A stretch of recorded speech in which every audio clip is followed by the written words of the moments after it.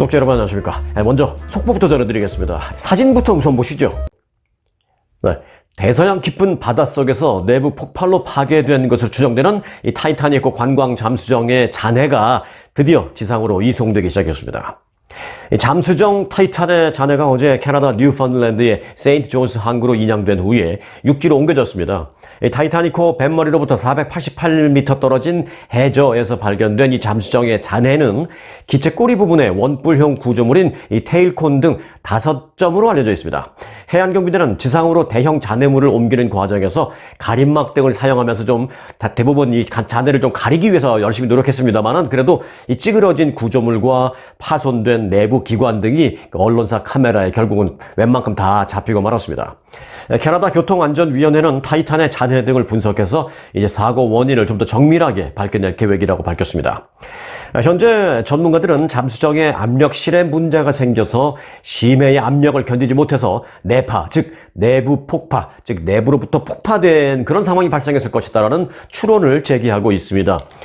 실종된 타이탄은 6.7m 길이의 탄소 섬유와 티타늄으로 만들어진 잠수정으로 아시는 대로 이제 조종사 1명과 승객 4명을 태우고 해저 4,000m까지 내려갈 수 있도록 설계 자체는 그렇게 시도가 됐습니다. 안타깝게 폭파됐습니다만은 다만 잠수정의 운영 업체인 이 오션게이트가 충분한 안전 검증을 거치지 않고 잠수정을 그저 빨리빨리 개발을 하면서 회사 내부에서도 여러 차례 문제 제기가 있었다라는 사실이 뒤늦게 드러나면서 지금 논란이 빚어지고 있는 그런 상황입니다.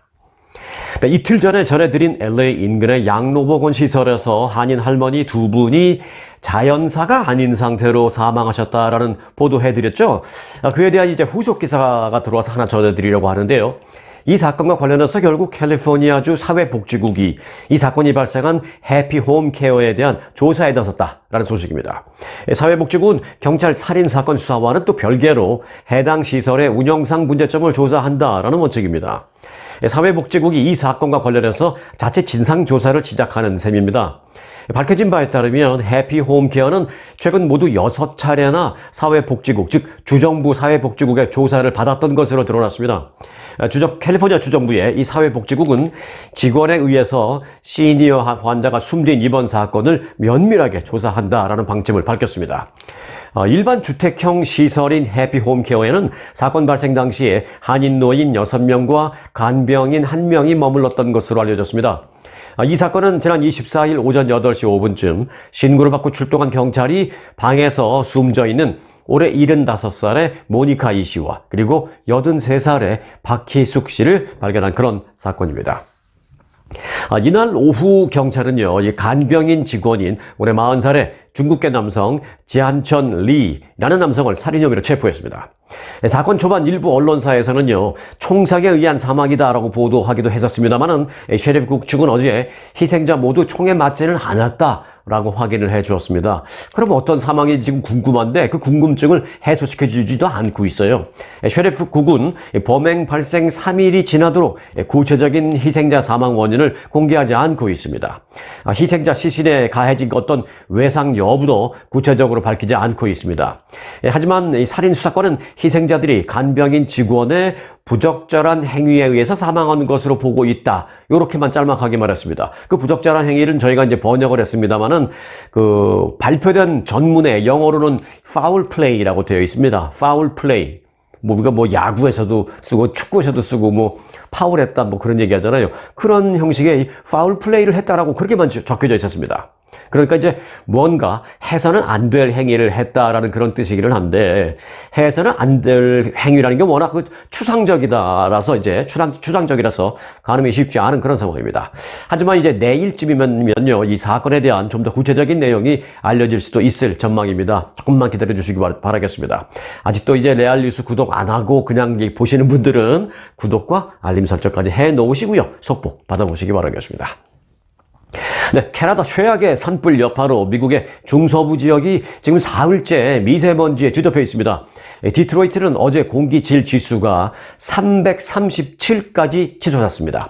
이 337이라는 공기 지수가 얼마나 나쁜지 설명드리겠습니다. 자, 공기 지수는요, 0에서부터 500 사이로 측정되는데 이 숫자가 커질수록 공기질이 나쁜 겁니다. 그런데 일단 150이 넘으면 인체에 유해하다라는 판단이 내려지게 되고요. 200 이상이면 인체에 매우 유해, 그런 기준입니다. 그리고 이제 250이면 매우 안 좋음, 위험하다, 그런 분류가 떨어집니다. 그리고 이제 앞서 말씀드린 디트로이트는 337이라 그랬죠? 이 300이 넘으면 매우 위험하다라는 분류에 들어갑니다. 사실은 300이 넘으면 그 이상은 없습니다. 300부터 500까지는 다 똑같아요. 매우 위험하다. Very dangerous.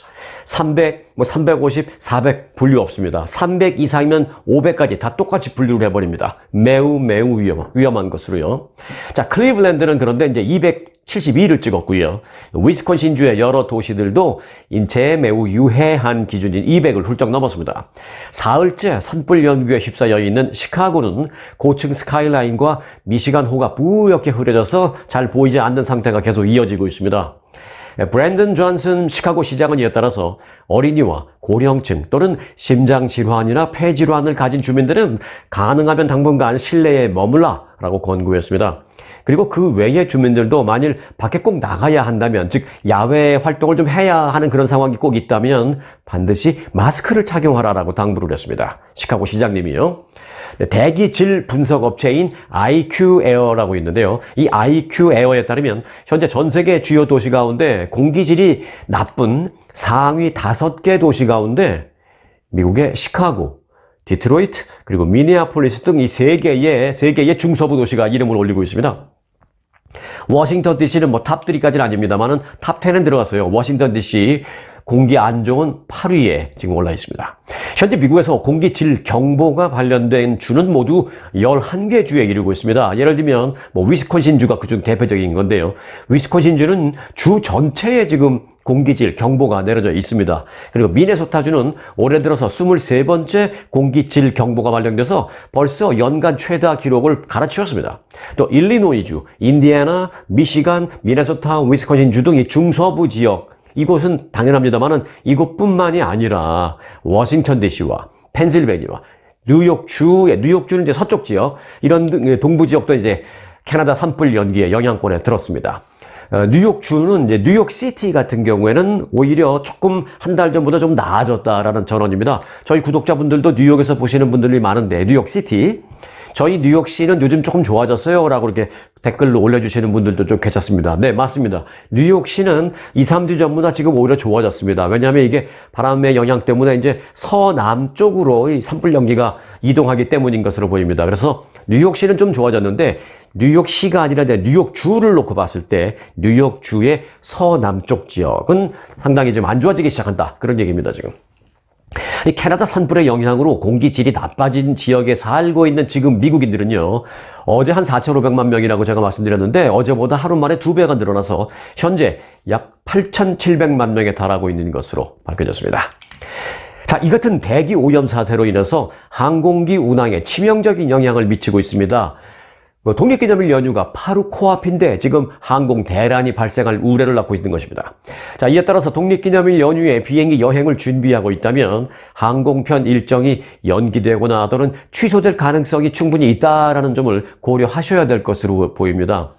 최근 전국적으로 곳곳에서 이상기후 현상이 나타나면서 주요 공항에서 출발하는 항공편이 예정 시간보다 몇 시간씩 지연되거나 아니면 아예 취소되는 사례가 잦아지고 있습니다. 공기가 너무 안 좋은 곳에서 이륙을 하지 못해서 지연이 되거나 기다리다 결국 취소되거나, 또는 출발을 해서 어느 공항으로 이제 목표 지점이 거긴데, 데스티네이션이 거긴데, 목적지가 거긴데 그쪽이 너무 공기가 안 좋아서 이쪽에서 아예 출발을 못하고 있는 그런 상황이 되고 있는 거죠. 자, 뉴욕이 있는 북동부 지역의 경우에는요, 또 천둥번개가 심해서 공기질과는 또 별개로 천둥번개가 너무 심하게 쳐서 항공기 출발 시간이 수시간씩 지연되기도 했었습니다. 또 동부 해안 지역에서는 4,000편 이상의 항공기 일정이 연기됐고요, 약 1,300편 정도는 아예 취소되기도 했었습니다. 연방항공청은 항공편이 더 늘어나고 또 연휴 기간 중에 여행객이 가장 많이 몰리는 이제 오늘부터는 항공편이 52,500편을 넘을 것으로 예상하고 있는데, 이처럼 항공편이 늘어남과 동시에 지연이나 캔슬되는 항공편 수도 상대적으로 늘어날 전망이다 라고 연방항공청은 밝혔습니다. 자, 여행을 하시게 되면요, 반드시 이 점 유념하시기 바라겠습니다. 내가 타려고 하는 비행기 제대로 출발하는지 미리미리 알아보시고 이제 나가시기 바라겠고요. 또 심지어는 심한 경우에는 이상이 없고 정시에 출발한다고 해서 공항에 나갔는데 공항 가서 지연 통보, 공항 가서 캔슬 통보를 받는 그런 경우도 있으니까 반드시 미리 좀 유념하시기 바라겠습니다. 자, 그런데 지금 한국은요, 폭우 피해가 심각합니다. 그리고 또 이제 미국은 몇 군데를 제외하고는 폭염 피해가 확산되고 있습니다. 이런 가운데 LA시 정부는요, 만일 폭염주의보가 발령이 되면 전기 요금을 내지 않은 경우나 하더라도 전기를 차단하지 않을 방침이다라고 어제 밝혔습니다. LA시 수도전력국은 어제 이사회를 열고 폭염 및 한파주의보 등 이 날씨와 관련된 경보가 발령되는 경우에 전기요금을 미납한 상태다 하더라도 이 전기를 끊지 않는다라는 규정을 승인했습니다. 수도전력국은 매년 이 기후변화로 인해서 더 극심한 더위를 맞고 있고 겨울에는 또 더 극심한 추위를 맞고 있다라면서 이 모든 고객의 건강과 안전을 보호하는 게 최우선이기 때문에 이런 결정을 내렸다라고 그 배경을 설명했습니다. 뿐만 아니라 LA시 수도전력국은 또 이 폭염주의보가 발령되지 않았다 하더라도 일단 기온이 화씨로 100도를 넘길 경우에는 저소득 할인 프로그램인 그 이지 세이브라고 있습니다. 이 이지 세이브 프로그램에 가입한 사람들에 한해서는 요금 미납 상태다 하더라도 전기 공급을 차단하지 않을 방침이라고 전했습니다. 현재 그 이지 세이브 프로그램에는 14만 7천 명 정도의 LA 시민이 가입되어 있는 것으로 알려졌습니다. 자, 전기 요금과 관련해서 많은 혜택을 받을 수 있는 그런 프로그램이 많이 있습니다. 그런 프로그램은 이제 웹사이트에 들어가셔서 여러분들이 얼마든지 신청을 하실 수 있는데요. 그 웹사이트는 제가 아래 나가는 이 주소에 들어가 보시면 되는데 상세히 이제 보시고요. 그리고 이 주소는 제가 그 영상 아랫부분 설명란, 추가 설명란 있죠? 거기다 올려놓겠습니다. 들어가셔서 항상 살펴보시고 내가 해당이 되면 전기세 혜택 받을 수 있는 그런 신청을 하시기 바라겠습니다. 자, 어떤 혜택이 있느냐? 몇 가지 예를 들면 이렇습니다. 자, 우선 62세 이상 시니어 및 장애인을 대상으로 한 라이프라인 요금 프로그램이 있습니다. 아주 싸게 해주는 거예요. 그리고 인공호흡기나 전동 휠체어 등 어떤 생명유지장치, 생명안전장치 등을 사용하는 고객을 위한 또 라이프 서포트 할인 프로그램이 있습니다.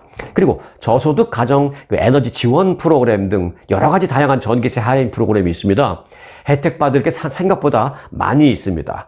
자, 혜택 받을 기회 여러분들에게 있을 수 있으니까 자세한 내용 그 웹사이트에 들어가셔서 꼭 한 번씩 확인해 보시고 해당이 되는 것 같다라면 웹사이트에서 편하게 신청하시기 바라겠습니다. 네, LA 카운티 법원 등에서요, 이 배심원 선정에 호출되면 앞으로 $100의 하루 수당을 줄 것으로 보이고 있습니다. 캘리포니아주 상원 공공안전위원회는 배심원 1일 수당 $100 지급과 관련해서 이를 캘리포니아주 전역으로 확대하는 법안을 어제 만장일치로 통과시켰습니다. 이 법안은 현재 샌프란시스코 수피리어 법원에서 시행 중인 배심원 수당 $100 지급 시범 프로그램을 LA 카운티를 비롯해서 컨 카운티, 몬테레이 카운티, 그리고 알라메다 카운티와 샌프란시스코 카운티 등 이 5개 지역 법원으로 확대하는 그런 내용을 담고 있습니다. 시범인데 아직도 물론 시범 프로그램이 합니다만은 한 군데 카운티가 아니라 5군데 카운티로 확대해서 시범을 해서 하고 더 확실하게 이것이 효과 있다, 충분히 이제 의미 있는 그런 법안이다라고 하면은 캘리포니아주 전역으로 확대할 방침입니다. 자, 참고로요, 현재 가주에서는요, 고용주가 이 배심원에 선정돼서 이제 법원으로 호출된 그 직원에게 임금을 지급할 의무는 없습니다. 그래서 가끔가다 이제 보면 근로자가 이 배심원에 선정돼서 법원에서 하루 종일 있다 보면 그 하루 임금을 받지 못하는 그런 경우가 생기기도 합니다. 그런데 정작 또 법원에서는 주는 돈은 적게는 15불, 많아봐야 50불이 전부입니다. 자, 캘리포니아주 법원은 배심원에게 하루에 $15, 그리고 연방 법원의 경우에는 하루에 $50를 지금 지급하고 있는 것으로 되어 있기 때문입니다. 그래서 이제 배심원들에게 하루에 최소한 $100는 줘야 되는 거 아니냐라고 해서 하루 $100를 배심원들에게 지급해 주자라는 안이 어제 통과된 것입니다. 네, 오는 7월 1일, 7월 1일이야 며칠 안 남았는데 이제 며칠 안 남은 코앞으로 다가온 7월 1일부터 이 LA시에서는요, 프리랜서를 비롯한 소위 독립계약자에 대한 고용 관련 계약서의 작성이 의무화됩니다. 이에 따라서 LA시 관할 지역 직장과 업체들은 프리랜서 또는 독립계약자에게 일을 시키고 $600 이상의 임금을 지급하는 경우에는 반드시 임금 지급일을 명기한 근로계약서를 작성해서 공유해야 합니다. 한 장 주고 한 장 갖고. 또 고용주는 하청 작업이 완료된 날로부터 30일 이내에 그 정해진 임금을 반드시 지급해야 합니다. 이를 위반할 경우에는 프리랜서나 독립계약자가 업주를 상대로 민사소송을 제기할 수 있도록 시조례가 규정을 하고 있습니다. 프리랜서나 독립계약자는 사실 생각보다 우리 주변에 굉장히 많습니다. LA에 있는 그 한인 방송국들도요, 상당수의 그 프리랜서가 있고요. 그 밖에 많은 한인 업체에 독립계약자 형태로 일을 하는 한인들이 상당히 많은 그런 상황이기 때문에 이 조례안은 한인들에게도 큰 영향을 미칠 전망입니다. 일을 하시는 분이나 또는 고용주나 마찬가지죠. 이 파트타임 베이스로 하청을 받아서 일을 하는 근로자들의 그 고용 권익은 보장이 될 것으로 보이고 있습니다. 반면에 한인 업주들 가운데 파트타임 직원이나 독립계약자 형태의 직원을 사용하는 경우가 많아서 그 업주분들은 또 이런 점 반드시 유의를 해야 할 것으로 보입니다. 네, 이어서 이 황당한 사기 사건 하나 전해드리려고 합니다. 어떤 사기 사건이냐? 소의 분뇨를 친환경 에너지로 바꾸는 사업을 하겠다라고 투자자들을 속여서 수백만 달러를 받아 가로챈 60대 남성이 중형을 선고받았습니다. 캘리포니아 동부 연방검찰청은 어제 사기 혐의로 기소된 올해 66살의 레이 브루어가 징역 6년 9개월형을 선고받았다라고 밝혔습니다. 어떤 사기 사건인지 참고하기 위해서 그 내용을 잠시만 살펴보면 이렇습니다.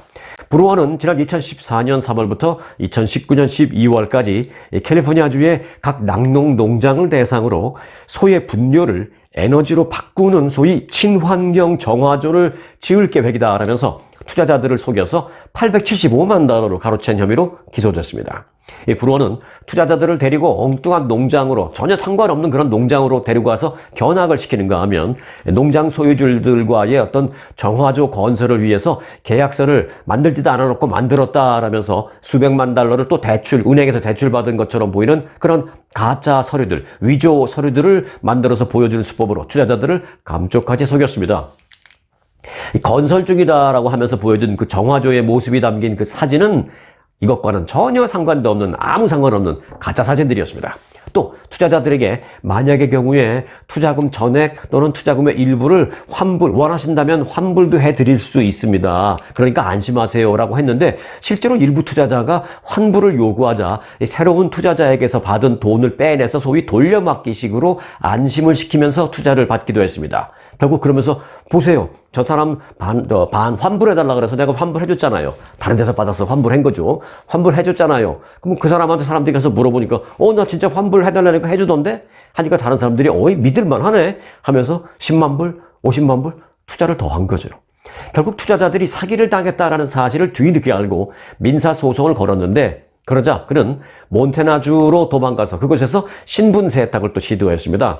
그러나 수사당국에 이제 걸렸죠. 그래서 수사당국에 이제 체포됐을 때는 경관등을 향해서 당신들 사람 잘못 봤다라면서 자신은 해군에서 복무를 했었고 그 당시에 불이 난 적이 있었는데 내가 몸으로 막아서 군인 여러 명의 목숨을 구하기도 했는데 나를 뭐 사기꾼으로 몰아서 나를 잡아가려고 막 큰 소리를 쳐서 경관들도 처음엔 잠시 주춤했다고 합니다. 그렇지만 이제 일단 체포하고 나서 조사를 해보니까 그 모든 게 다 거짓말이었다는 것입니다. 이 사건을 담당한 검사는 브루어는 체포되는 그 순간까지 표정 하나 안 바뀌고 모든 것이 다 거짓말을 했다. 모두 거짓말이었다라고 말했습니다. 자, 여론조사 결과 하나 소개를 해드릴까 하는데요. 현재 세계에서 미국에 대한 호감도가 가장 높은 나라는 어디일까요? 네. 미국의 호감을 품은 국민의 그 어떤 비율을 따져 봤을 때 대한민국이 주요 국가 가운데 3위인 것으로 나타났습니다. 미국 여론조사 기관 퓨 리서치 센터가 어제 2023년 글로벌 인식 보고서를 발표했는데요. 이에 따르면 한국에서 미국의 호감을 갖는 사람들은 79%로 나타났습니다. 이는 조사 대상인 주요국 23개 나라 가운데 93%인 폴란드 그리고 87%인 이스라엘에 이어서 세 번째였습니다. 이스라엘은 10년째 80% 이상을 계속 기록하면서 호감도 탑 1, 2, 3 중에서 계속 이스라엘은 머물러 있습니다. 폴란드는 러시아가 우크라이나를 침공한 작년 이후에 2년 연속으로 90%대를 기록하면서 1등을 지금 기록하고 있습니다. 미국의 다른 그 동아시아 쪽의 동맹국을 보면 특히 이제 일본 같은 경우에는 일본을 보면 일본인들의 그 미국 호감도는 73%로 79%인 한국보다는 6%포인트 낮았지만 한국과 그래도 아주 비슷한 수준을 보였습니다. 미국의 호감을 갖는 한국인의 비율은 지난 2003년에는요 굉장히 낮았어요. 46%였던 것이 조금씩 점점 상승해서 작년에는 89%까지 올라갔다가 올해 79%로 조금 내려왔지만 그래도 여전히 세계 3위를 기록하고 있다는 것입니다. 조사 대상 나라는 23개 나라였는데 23개국의 그 미국 호감도의 중간값, 평균값이라고 할까요? 중간값은 54%였습니다. 그런데 한국이 79%가 얼마나 높은지를 이제 상대적으로 알 수 있는 거죠. 참고로 미국과 형제인 양 보이고 있는 그 영국의 미국 호감도는 어떨까도 궁금하잖아요. 그 영국의 미국 호감도는 생각보다 아니었습니다. 59%밖에 안 됐습니다. 중간값 조금 넘은 거죠. 그리고 그 외 유럽 나라, 독일은 57%, 프랑스 52% 등 유럽에 있는 그 미국의 소위 안보 동맹국이라는 나라들은 23개국의 그 중간값 대충 그 근처에 머무는 정도를 보이고 있는 상황이었습니다. 이스라엘이 1위, 2위 하는 거는 미국이 평소에 아주 지나치리만큼 친이스라엘 정책을 계속 하니까 이해되고 또 유태인들에게 하는 어떤 그런 것들을 보면 충분히 이해가 가기도 하는데요. 한국은 무슨 이유로 79%라는 이런 아주 높은 그런 기록적인 수치로 세계 3위의 미국 호감도를 보이고 있는 걸까요? 네, 여러분 아시면 혹시 생각나시면 댓글로 좀 저도 가르쳐 주시기 바라겠습니다. 얼핏 좀 잘 이해가 안 되는데 여러분들 구독자분들이 보내주신 댓글에 아마 정답이 있을 것 같기도 하는 그런 생각이 들어서 여러분들의 댓글과 여러분들의 의견을 한번 요청드립니다. 자, 오늘 마지막 뉴스로는요. 러시아 용병부대 바그너 그룹의 일일 천하 반란 사태 그 이후 나오고 있는 소식들을 간추려 드리려고 합니다. 러시아군에 있는 최고위 장성 가운데 한 명이 이번 바그너 그룹의 반란 계획을 미리 알았을 것이며 또 실제로 실행을 도와주는 등 반란에 가담했을 가능성이 있다라고 뉴욕타임즈가 보도했습니다. 뉴욕타임즈는 우크라이나 전쟁 발생했을 때 우크라이전과 관련해서 통합사령관을 지냈던 세르게이 수로비킨 러시아군 지금은 부사령관, 계급은 포스타 대장입니다. 그 부사령관. 그가 이 바그너 그룹의 반란 계획을 사전에 알고 있었다라고 보도했습니다.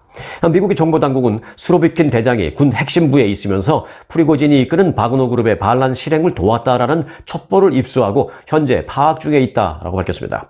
러시아 항공우주군 총사령관이기도 한 수로비킨 대장은 지난해 10월 우크라이나 전 통합사령관을 맡았었다가 올해 1월에 게라시모프 총참모장에게 밀려서 통합부사령관으로 사실상 내려앉은, 강등된 그런 인물입니다. 그러니까 이제 불만도 많이 있을 수 있죠. 실제로 이제 프리고진은 러시아군 내부에서 누군가 도움을 줄 것이다라는 믿음이 없었다면 모스크바로 그렇게 과감하게 진격을 시작하지 않았을 것이다. 라는 그런 분석이 많이 나오고 있습니다. 이와 관련해서 마이클 맥풀 전 러시아 주재 미국 대사는 이상한 일들이 너무 많이 일어났다 라면서 이는 파악하지 못한 어떤 공모가 있음을 시사하는 것으로 보인다 라고 진단했습니다. 자, 수로비킨 대장의 반란 연루 여부는요, 그의 향후 거취를 보면 좀 가늠할 수 있을 그런 전망입니다. 한편 푸틴 대통령은 반란을 일으킨 그 바그너 그룹의 수장 프리고진에게 준 그 돈의 사용처를 조사하겠다라고 어제 밝혔습니다. 이는 프리고진의 그 자산을 몰수하기 위한 어떤 수순을 밟기 시작한 것으로 분석됩니다. 푸틴 대통령은 어제 반란 진압에 참여한 군인들과 만난 그 자리에서 어떤 군인이요? 네, 그 반란을 진압한 군인들과 일종의 영웅이죠. 이제 그 군인들은 그들과 만난 자리에서 바그너 그룹과 프리고진에게 지난 1년간 러시아가 준 돈이 얼마인지 아느냐 라면서 무려 1,600억 루블, 요거 이제 달러로 환산하면 약 한 19억 달러 정도 됩니다. 그리고 이제 원화로 환산하면 약 2조 5천억 원 정도가 됩니다. 그렇게 2조 5천억 원, 약 19억 달러가 넘는 예산을 지출했다라면서 이 돈이 어떻게 쓰였는지 조사하겠다라고 밝혔습니다. 푸틴 대통령은 반란 사태 이후에 이런 모양새를 보이고 있습니다. 바그너 그룹의 수장인 프리고진과 바그너 그룹 용병들을 분리해서 지금 대응을 하고 있습니다. 바그너 그룹 소속의 용병들이 너희들이 죄가 있는 게 아니다. 수장인 프리고진의 잘못이다. 이런 프레임으로 지금 가고 있는 그런 상황입니다. 어떤 형태로든 그 용병들은 어느 순간에도 필요할 수도 있기 때문에 완전히 쳐내지 못하고 있는 것이죠. 그들을 다 다 적으로 돌리긴 힘드니까 프리고진 한 사람만 일단 치겠다라는 그런 의도입니다. 프리고진은 러시아 군 지도부와 관료들의 부패 등을 비판하면서 자신의 주가를 높인 바 있는데요. 그런데 이제 이번에는 거꾸로 푸틴 대통령이 프리고진 그를 부패로 올가매면서 그의 대중적인 인기를 먼저 추락시킨 후에 처단을 하는 그런 수순을 밟으려 하는 듯한 모습입니다. 영원한 적도 없고 영원한 동지도 없다라는 것을 이번 사태가 입증하고 있네요. 그토록 한통속이 돼서 다 해먹던 이 푸틴과 프리고진이 이제는 그때의 비리를 미끼 삼아서 서로를 칠 그런 생각에 골몰하고 있는 그런 모습입니다. 네, 오늘 영상은 여기까지입니다. 오늘도 영상이 유익하셨다라고 생각이 되시면 구독, 좋아요, 알림 그리고 댓글로 함께 해주시겠습니다. 그리고 구독 이미 하신 분들은요, 또 구독 한 번 더 누르시면 구독가 취소가 되니까 한번 구독하신 분들은 또 누르실 필요 없고요. 구독 안 하고 그냥 가끔 와서 이렇게 보시는 분들은 이왕 방문해 주신 김에 구독 누르고 저희와 함께 해주시면 더더욱이 감사하겠습니다. 그리고 이제 댓글 늘 이렇게 보내주시는 많은 구독자분들에게 제가 그 댓글 하나도 빠짐없이 늘 다 읽고 있다. 그리고 그 안에서 많은 걸 배우고 있다라는 말씀을 다시 한번 드리면서 감사드리겠습니다. 자, 내일 뵙겠습니다. 고맙습니다.